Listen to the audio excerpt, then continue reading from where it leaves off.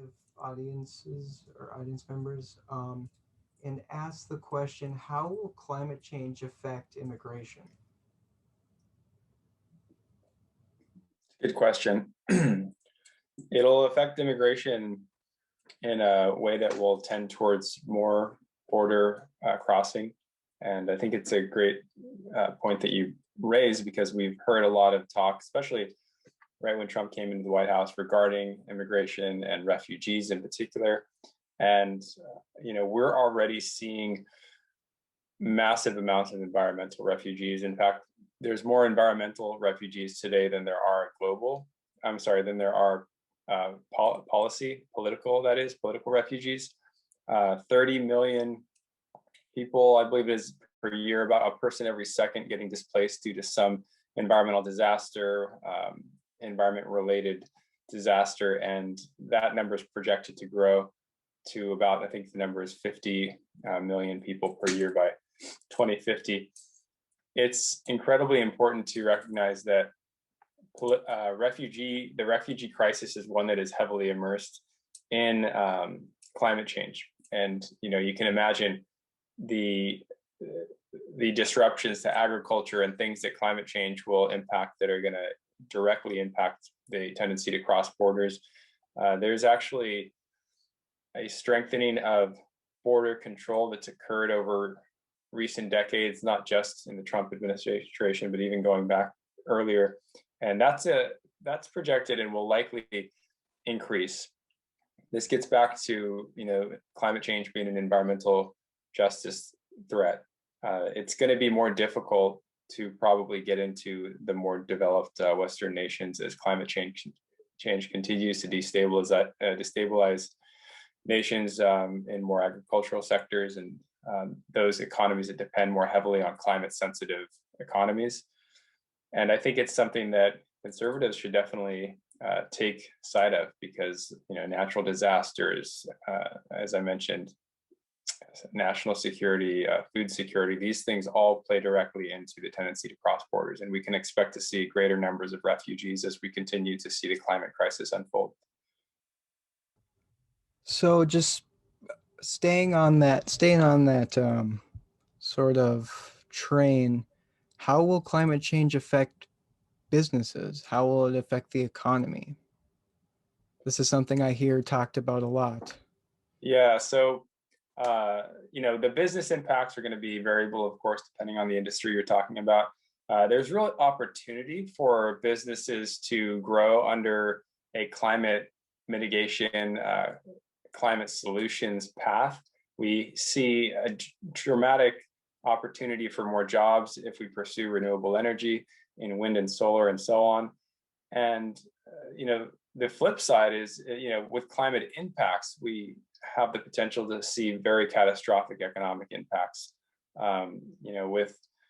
With what we're seeing right now in Texas, with what we saw, the tens of billion, these hurricanes that hit cost tens of billions, in some cases over $100 billion of damage. If you look at the recent, so there's a list that the National Oceanic and Atmospheric Administration basically maintains, which is the list of billion-dollar disasters. So a natural disaster that causes $1 billion or more to the U.S. economy. This goes back to 1980. If you look at the number of billion-dollar disasters dating back to 1980 into present, you see in the first decade, second decade, the earlier decades, you get about 5 of these disasters per year. Now it's about 15 disasters per year. And oh, sorry, did we cut off for a second? Yeah, just for a second, but yeah, you're good. I got a phone call. Hopefully that doesn't happen again. So, back in 1980, that first decade, we had about $1 billion disasters per year that would take place. And now we're seeing, on average, I think the 5-year average is up to 13 or so of these billion-dollar disasters. The per decade costs have increased, and this is inflation adjusted, have increased from about $125 billion in the decade of the 1980s to now at the close of 2020, $750 billion due to these natural disasters alone. So Yeah, astronomical economic impacts just directly due to natural disasters. Of course, not everyone is a climate related disaster, but you see a trend of increasing natural disasters, of increasing climate related disasters, and increasing, consequently, economic impacts associated with those. So this kind of gets back to the notion that we don't have a cost-free alternative. Under no Yeah. pathway do we get to avoid costs, and there's staggering costs associated with climate change. That's Yep. just natural disasters. There's still a couple 100,000 people a year dying prematurely in the United States due to air pollution. And, of course, globally, we're talking over 3.5 million just related to fossil fuel air pollution alone. If we were to curb fossil fuel use, if we were to reduce the amount of fossil fuels we're burning, not only do we get to address climate change, but we also get to address the toxic pollution that's prevalent throughout the United States and elsewhere. And in turn, reduce the public health related costs associated with disease. Yep.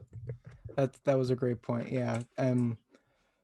So another aspect of climate and health, we just got we're on the back end, hopefully, of a pandemic that sort of shut down the whole world. How is the melting ice caps going? How could it possibly increase the number of infectious diseases like the coronavirus? So you kind of cut off for a second, but you're asking how sea level rise is going to impact disease. So from what I've heard is that there's possibly pathogens or whatever that are frozen and that haven't been exposed to modern life and therefore would Okay. be pretty devastating. Is there any uh is that correct or no? So yeah, it's a good point. And in all honesty, I actually don't know the answer to that question. I've heard that anecdotally as well, and there's some intuition, that sounds like it makes some sense, but I actually don't know the science on that. I haven't really followed that, but I'd be curious to take a look and get back to you through email. Okay, sweet. Uh do you know much about the DuPont Teflon scandal? I know a fair amount. I'm kind of remembering back to my days in some law classes. Yeah. I know it was the largest punitive damage ever basically awarded at the time. I think on the order of 60 million, right, due to the cover up. Yeah, what is the thing in Teflon that they were putting in and how widespread is the chemical? Right.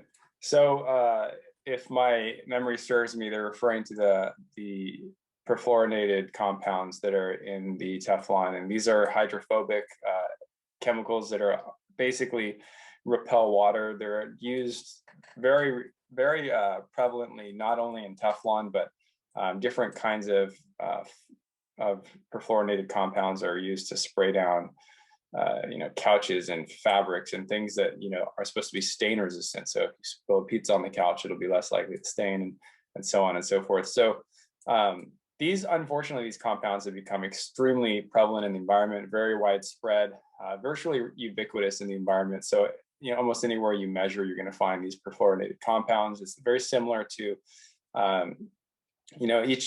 each decade that passes, there's just some chemical that replaces the prior chemical, but it's the same story over and over. And throughout history of environmental contamination, we've seen PCBs, which were polycyclic or polychlorinated biphenyls, and also DDT, insecticide. And these are just ubiquitous in the environment today. And now we're seeing similar story play out with these perfluorinated compounds. There's flame retardants, similar brominated flame retardants used to spray down upholstery, prevent them from becoming fire, prevent them from burning, that have been used in all kinds of upholstery, couches, and bedding and stuff. And this stuff some of these chemicals look pretty similar to very toxic constituents that we're aware of in the past, and they're just all over the environment today.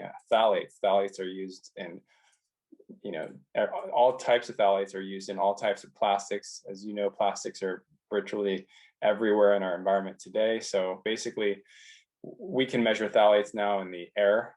We can measure them in the dust, sometimes at levels that are extremely high in the percent range of dust when we measure dust.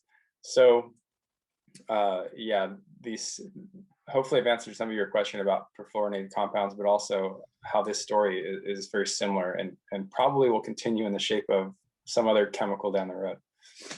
Yeah, I mean, I just it scares me to know like how prevalent they are, how it's pretty much it'd be rare to find something without exposure to these chemicals, because it's like what is that going to do to us down the road? How does that affect our like just evolution even, like how does that it's troubling. But I want you to explain what you do with your organization or your project, climate for let me see, climate on the road for climate action. Yes.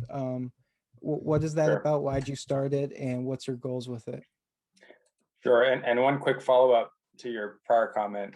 If I was to take a blood sample, if we were to take a blood sample from you and me today, we would almost certainly see the chemicals we've spoken about. But DDT, the DDT metabolite called DDE, is still measurable in people's blood today. And this chemical was banned in 1972. And we're still measuring it in people's bloodstream. This is because it's, if I were to catch a fish off the ocean and analyze the tissue contents, the chemical contents of the tissue, which actually we did in 2009 in Boston Harbor, we find Mirex and Dieldrin and DDT, which were all banned in the 1970s, still in the fish we're eating. So incredibly important to recognize that what we do today affects us far out, many decades out, and we need to be very careful about how we just use chemicals and distribute them and contaminate our environment. To your other question regarding my project, so On the Road for Climate Action was launched in 2018. My fiance and I, Athena and I, launched this project as a way to try to help raise awareness about climate change, to bring about climate solutions, empower people to learn about the issue and help solve the crisis, and also to hear from people and learn what the stories were unfolding about climate change around the country. So we interviewed people all along the road. My website, roadforclimateaction.com or shahirmasri.com. I'm still publishing videos on that website, on my YouTube channel as well, sharing interviews with people who had lost their homes in the wildfire or people who were seeing climate impacts in their areas. Try to get that out every month, usually through my newsletter or something like that.